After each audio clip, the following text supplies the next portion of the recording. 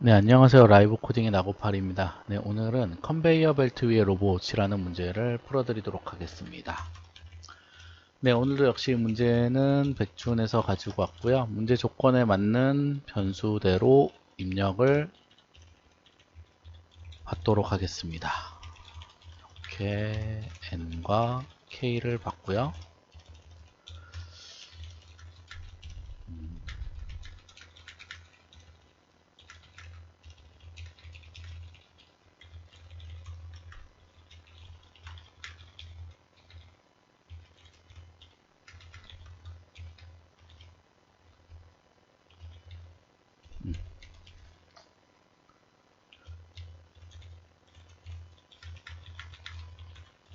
네, 이렇게 입력을 받고 솔브 함수가 문제 조건대로 시뮬레이션을 할 거고요. 그러고 나면 이제 이렇게 RET를 출력하면 되는 이런 형태로 문제를 풀 거고요. 그래서 솔브 함수를 구현을 하면 이렇게 구현을 할 겁니다. 우리는 제로 카운트를 계산을 해야 되고요. 그 다음에 제로 카운트가 k보다 작으면 이렇게 해서 이제 구현을 할 거고요. 이것을 구현하기 위해서 이제 로봇을 시뮬레이션 해야 되기 때문에 로봇을 이렇게 만들고요. 큐의 형태로 구현을 할 겁니다. 그래서 이렇게 프론트와 백이라는 변수도 줄 거고요. 네, 그리고 여기서 제가 이제 그 PPT 강의할 때 좀 잘못 설명을 드렸는데, 그 컨베이어 벨트의 수명이 최대 200이라고 제가 설명을 드리고 그 비고를 계산을 했는데, 문제 조건에 보니까 1000이더라고요. 그래서 그것을 1000으로 바꿔서 계산을 하면 결과가 약 40만 정도 나오게 됩니다. 네, 역시 40만 역시 그 1초 안에 충분히 다 나오는 그런 연산 횟수이기 때문에 그냥 코드를 구현하셔도 되는 것은 변함이 없고요. 요거 실수한 것 때문에 다시 설명을 찍기 좀 그래서 PPT는 수정해서 다시 올려드릴 건데요. 그냥 유튜브 녹화 강의는 그대로 올라가도록 하겠습니다. 네, 하셔서 보시면 될 것 같고요. 그러면 이제 컨테이너 벨트를 옮기는 것부터 이제 구현을 할 건데요. 가장 마지막에 있는 값을 이렇게 템프에 복사를 하고요. 그 다음에 가장 마지막 값부터 이렇게 돌면서 이전 값을 현재 값에 복사를 하고요. 그리고 가장 처음 값에 마지막 값을 넣어주시면 컨베이어 벨트가 한 칸씩 회전을 하게 됩니다. 그리고 제가 PPT에서 설명을 할 때 컨베이어 벨트가 움직이면 그 위에 있는 로봇의 위치도 함께 움직여야 된다고 했는데요. 그것을 이제 구현하기 위해서 이렇게 프론트와 백을 가지고 처리를 하도록 하겠습니다. 이렇게 해주시면 되고요. 여기서도 처리를 해야 되는 게 이 로봇의 위치가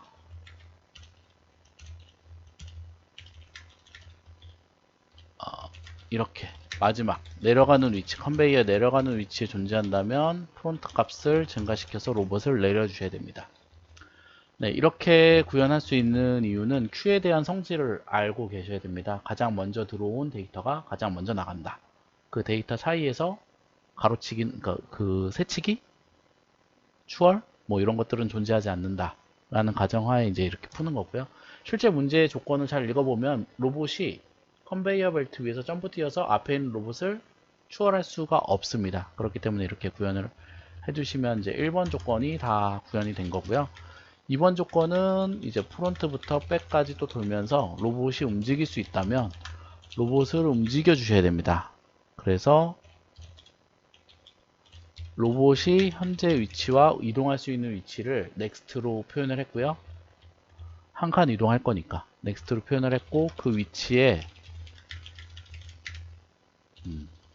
내구성이 0이거나 또는 그 위치에 로봇이 있다면 내구성이 0이거나 로봇이 있다면 움직일 수 없습니다.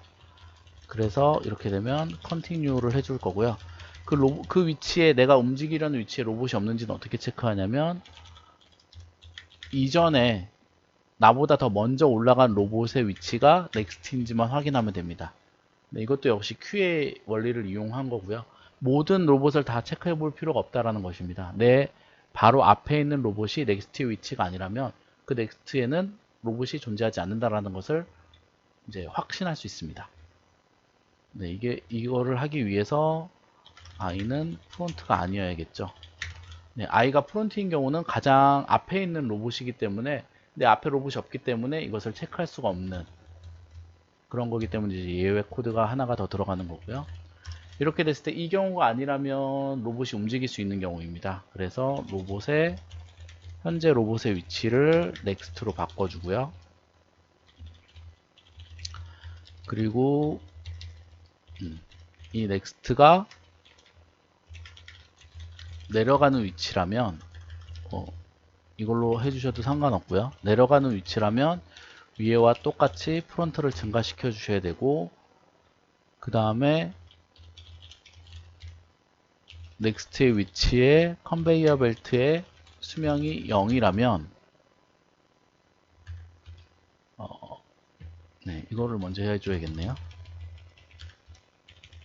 네, 그러니까 로봇이 움직였기 때문에 그 위치에 컨베이어 벨트의 수명을 한 칸 감소시키고 그 컨베이어 벨트의 수명이 0이라면 제로 카운트를 증가시켜 주시면 됩니다. 이렇게 하면 이제 로봇이 한 칸 움직이는 게 표현이 되는 거고요. 그리고 이제 세 번째 문제에 로봇을 올릴 수 있는지, 로봇이 올라가는 위치에 로봇을 올릴 수 있는지를 체크해 주셔야 되는데요.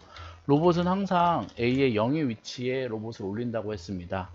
이 위치가 0보다 커야 되고요.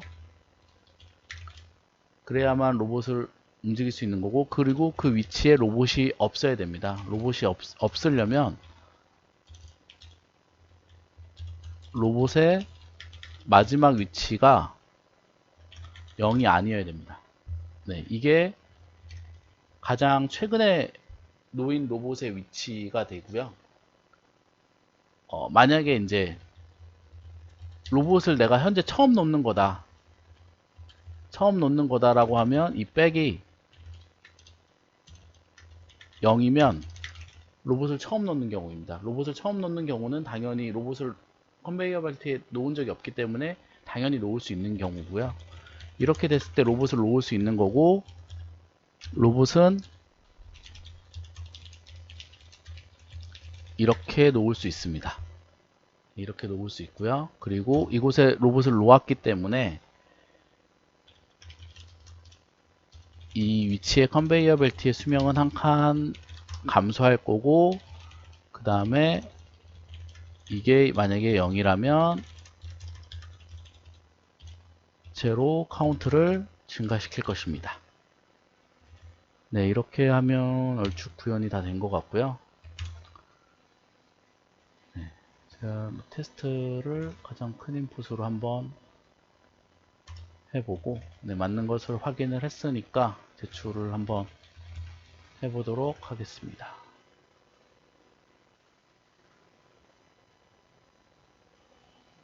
네, 아마도 맞을 것 같은데요. 네, 맞는 것을 다 확인을 했고요. 네, 여기까지 강의 들어주셔서 감사하고요. 강의가 도움이 되셨다면 구독과 좋아요, 알람 설정 부탁드립니다. 강의 들어주셔서 감사합니다.